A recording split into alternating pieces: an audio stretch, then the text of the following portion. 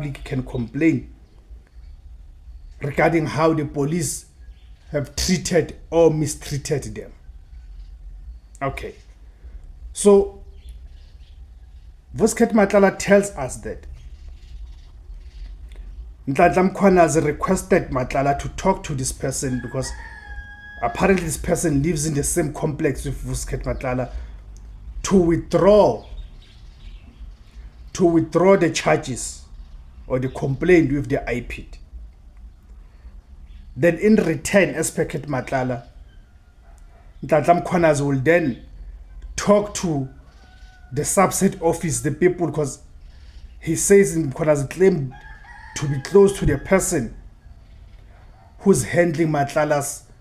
contract, especially things like the purchasing orders and all of that, because Matlala was frustrated with the fact that he got a contract with the South African Police Service, but